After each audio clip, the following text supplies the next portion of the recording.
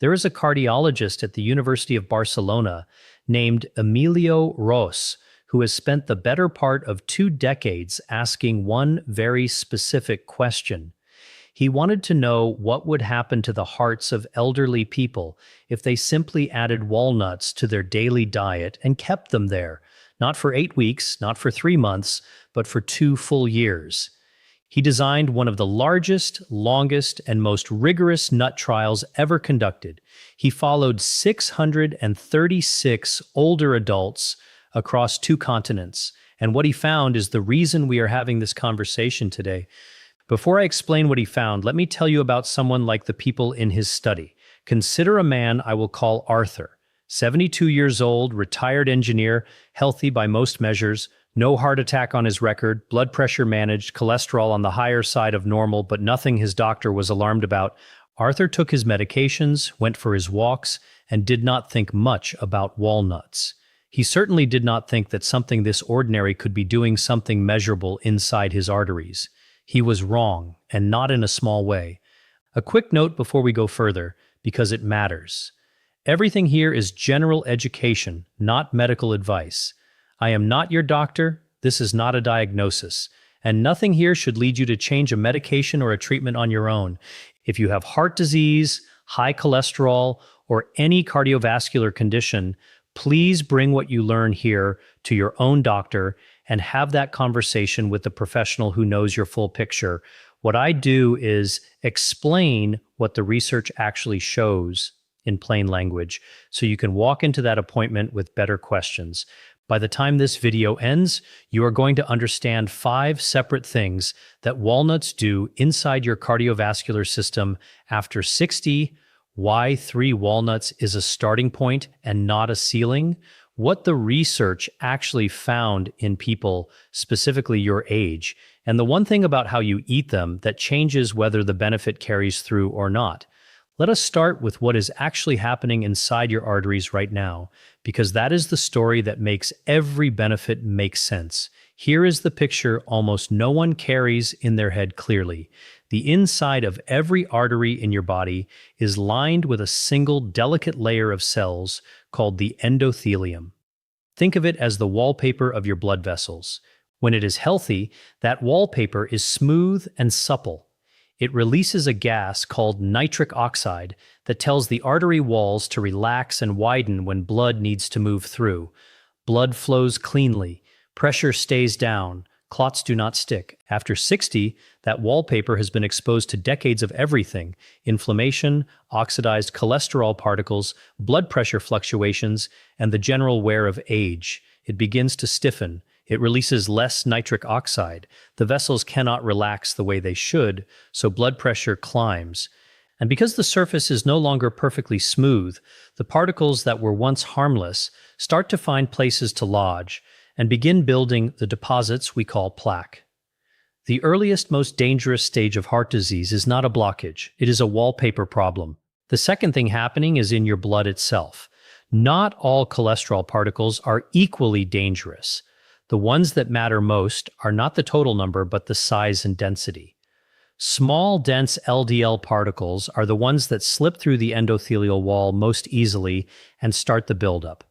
They are the most atherogenic, meaning the most likely to build atherosclerosis, and most standard cholesterol tests do not even measure them separately. They are the hidden story inside a normal-looking cholesterol number. And the third thing is inflammation.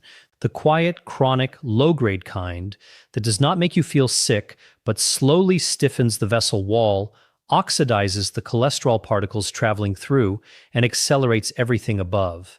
In people over 60, this background inflammation is almost universal. It is the common thread running under high blood pressure, stiff arteries, and plaque buildup. Walnuts touch all 3 of these, not as a drug, not dramatically, not overnight, but consistently, mechanistically, and in multiple well-designed trials, specifically in older adults. Let me walk you through each one. The first thing that happens is a change in your cholesterol, and not in the way most people expect. The headline number, your LDL cholesterol, does come down with regular walnut consumption.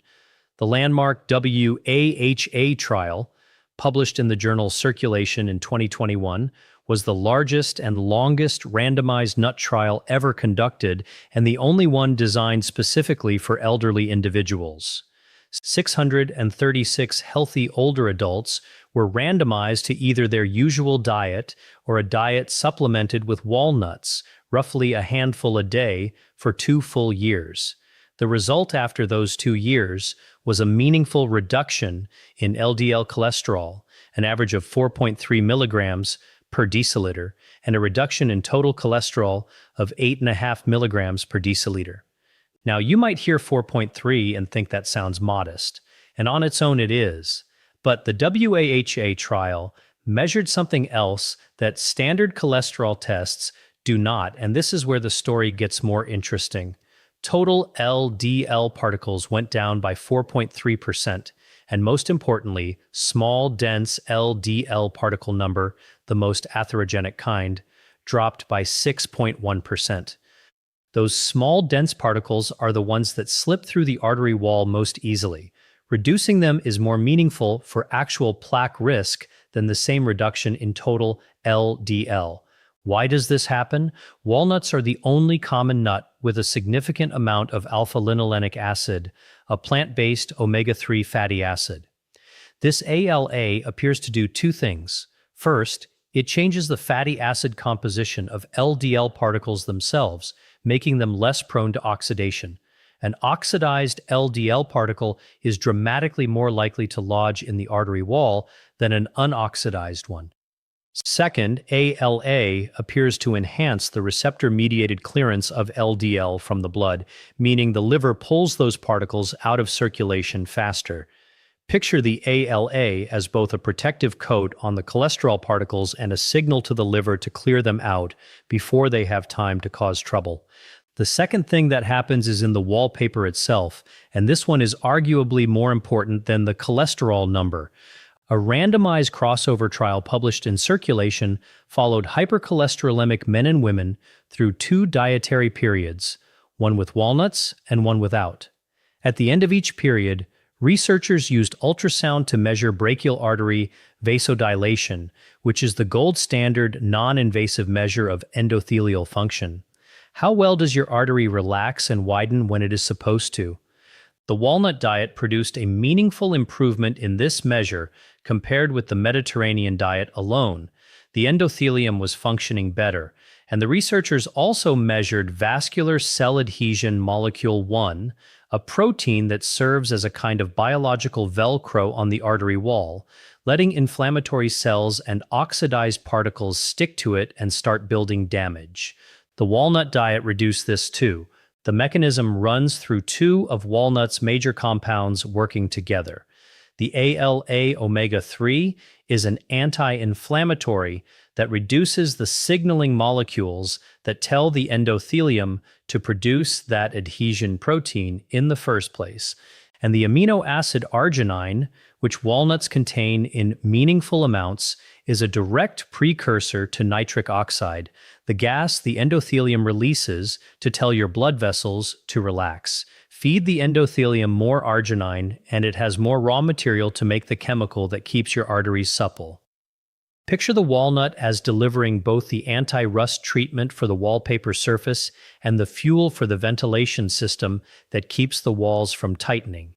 This matters especially after 60 because endothelial function declines naturally with age, and once it begins to decline, blood pressure tends to rise, and the artery wall becomes more vulnerable to the deposits that eventually restrict blood flow. Catching and slowing that decline is one of the most valuable things any food can do for a heart that is still healthy. The third thing that happens is a reduction in blood pressure, specifically in the diastolic number, the lower of the 2, and in what researchers call central blood pressure. Central blood pressure is the pressure actually reaching your heart and brain, which is not exactly the same as the pressure measured in your arm. It is, if anything, a better predictor of cardiovascular events, and it is not measured in most standard clinical visits.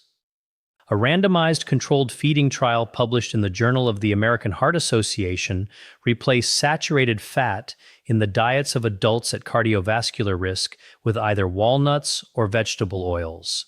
The walnut group saw improvements in central blood pressure and in markers of arterial stiffness. Other studies in the literature have shown diastolic blood pressure reductions of 2 to 3 millimeters of mercury consistently with walnut-enriched diets. 2 to 3 millimeters sounds small, but blood pressure reduction works like compound interest in reverse. Epidemiologists estimate that a sustained reduction of just 2 millimeters of mercury in diastolic blood pressure across a population reduces the risk of stroke by about 15% and coronary heart disease by 6%. That is not because 2 millimeters cures anything. It is because sustained, daily, repeated softening of the pressure against the artery wall prevents a cumulative amount of damage over years. Think of it as the artery getting 10% less force against it every heartbeat for months and years on end. The math builds. The mechanism here runs back to the arginine to nitric oxide pathway. More arginine, more nitric oxide, better vessel relaxation, lower resting pressure. It also runs through the ALA, which has been shown in multiple studies to reduce systolic and diastolic blood pressure by reducing the inflammatory stiffening of the artery wall that drives pressure up. The vessel becomes more elastic. Elastic vessels do not need as much pressure to push blood through them. The fourth thing is the hardest to see and perhaps the most important of all: the reduction in quiet, chronic vascular inflammation. Inflammation in the cardiovascular system is not dramatic. It does not announce itself with pain or fever. What it does is raise the concentrations of certain proteins, interleukin-6, tumor necrosis factor alpha, vascular cell adhesion molecules that quietly corrode the interior surface of the artery, cause LDL to oxidize more readily, and accelerate the very process of plaque formation. In WAHA and in several shorter trials, walnut-enriched diets reduced these markers. In a Penn State trial, IL-6, a key inflammatory signal, decreased measurably. The adhesion molecules that help inflammatory cells and damaged particles stick to the artery wall, SVCAM1 and SICAM1, also dropped. I want to be straight about the inflammation evidence, because it is more mixed than the cholesterol evidence. Not every trial has shown an effect on C-reactive protein, the most commonly measured inflammation marker. Some have shown a reduction, others have not. So I will frame it honestly. The pattern across the literature suggests that walnuts reduce some important vascular inflammation markers, particularly the adhesion molecules and some cytokines, more consistently than they reduce CRP. It is a real effect. It is not a universal or guaranteed one. But consider what it means, even if only partial. An artery wall with fewer adhesion sites is one where fewer particles find a foothold. The process of plaque formation slows. The mechanism runs through the polyphenols, particularly the L-gitannins in walnuts that are converted by gut bacteria into compounds called urolithins, and through the vitamin E and the ALA. Polyphenols suppress the inflammatory signaling pathways that instruct the endothelium to produce those adhesion molecules. ALA reduces the production of pro-inflammatory eicosanoids, the signaling molecules made from omega-6 fats, by competing at the same metabolic pathway. This is why the ratio of omega-6 to omega-3 matters, and it is why walnuts are unique among common nuts. They are the only one with a significant ALA content to genuinely shift that ratio. The fifth thing is the broadest and in some ways the most persuasive, because it is what happens in the real world over decades rather than in a controlled trial over months. Multiple large prospective studies, following hundreds of thousands of people for years, have found that regular nut consumption, including walnuts specifically, is associated with lower rates of cardiovascular disease and cardiovascular death. A summary of the evidence noted that more frequent nut consumption is associated with roughly 15% lower total cardiovascular disease rates and 23% lower cardiovascular mortality rates compared with little or no nut intake. These are associations, not proof of causation, and I will say that plainly. People who eat nuts regularly may differ from those who do not in other ways that contribute to their lower risk. But here is why the mechanistic evidence matters. We have now identified the plausible pathways through the randomized trials. LDL comes down, small dense LDL particles come down, endothelial function improves, blood pressure softens slightly, and the inflammatory environment inside the artery wall becomes less hospitable to the formation of plaque. The biological story and the population story are pointing in the same direction, and among foods, that combination is rare. Now, the specific question in the title of this video, 3 walnuts every night, is that enough? 3 walnuts is 6 halves, roughly 18 grams. The clinical trials that showed the benefits above mostly used doses around 28 to 42 grams, 1 to 1.5 ounces, which is closer to 7 to 14 halves. So 3 walnuts is a meaningful start, but it is below the dose most research has used. I will not tell you 3 walnuts is useless, because any consistent daily habit with a nutritious food is better than none, and the mechanisms operate at any dose. But I also will not tell you 3 walnuts is the magic number, because the research does not say that. The honest answer is, start with 3. If 3 is what you will actually do every night, and work toward a small handful, about a quarter cup, if you can. That is the range where the evidence is strongest. Before we go to the practical instruction, 2 clear lines. First, walnuts are not a replacement for any cardiovascular medication. If your doctor has put you on a statin, a blood pressure pill, a blood thinner, or any other heart medication, those exist for reasons that a handful of walnuts does not change. The benefits described here are complementary, not substitutional. Never stop or adjust a prescription because of something you heard in a video, including this one. Bring this to your doctor as a conversation starter, not as evidence you do not need your medication. Second, walnuts are calorie dense. A full ounce contains about 185 calories, almost entirely from healthy fat.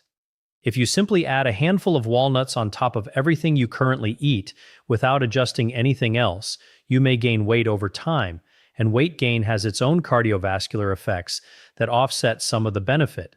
The smartest approach is to use walnuts as a replacement for a less healthy snack, crackers, chips, cookies, or a handful of pretzels, rather than as an addition on top of your existing intake.